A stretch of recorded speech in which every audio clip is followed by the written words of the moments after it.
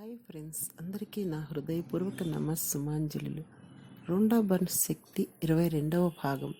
భావనే సృజన. మీ కోరికకు భావనకు సంఘర్షణ సంభవించినప్పుడు భావనదే పైచేయి అవుతుంది.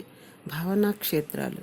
మీ మంచి భావాల ద్వారా మీరు ప్రేమను వ్యక్తం చేసినప్పుడు మీకేం జరుగుతుందో మీకు అర్థం చేయించాలనుకుంటున్నాను. ఎందుకంటే అది చాలా దివ్యమైన విషయం.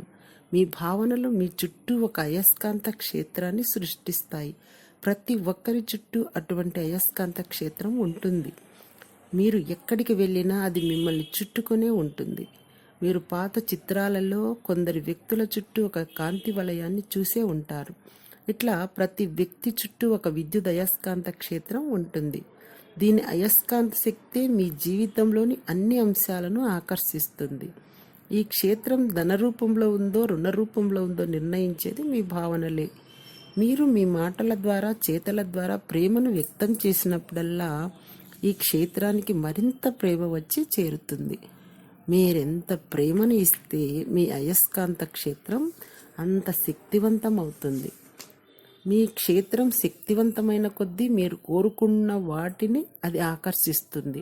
ఆ విధంగా మీరు ఎటువంటి స్థాయికి చేరుకుంటారంటే మీరు ఒక కోరికను ఊహించి అనుభూతించిందే తడవుగా అది నెరవేరుతుంది. అదే ప్రేమ శక్తి మహత్యం.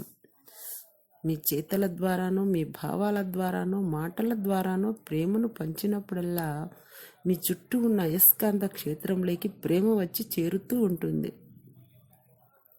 మీరెంత ప్రేమ ఇస్తే మీ అయస్కాంత క్షేత్రం అంత విస్తృతమవుతుంది, అంత శక్తివంతమవుతుంది. అందువల్ల మీరు కోరుకునే విషయాలను మీ వైపుకు ఆకర్షించుకునే శక్తి మీలో పెరుగుతుంది.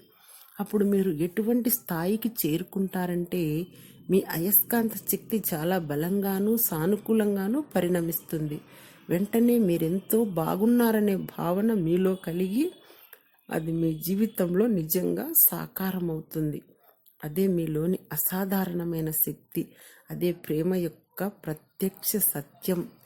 ఆలోచించగలగడం భావించగలగడం ద్వారా యావత్తు సృష్టిపై మీకు ఆధిపత్యం లభిస్తుంది.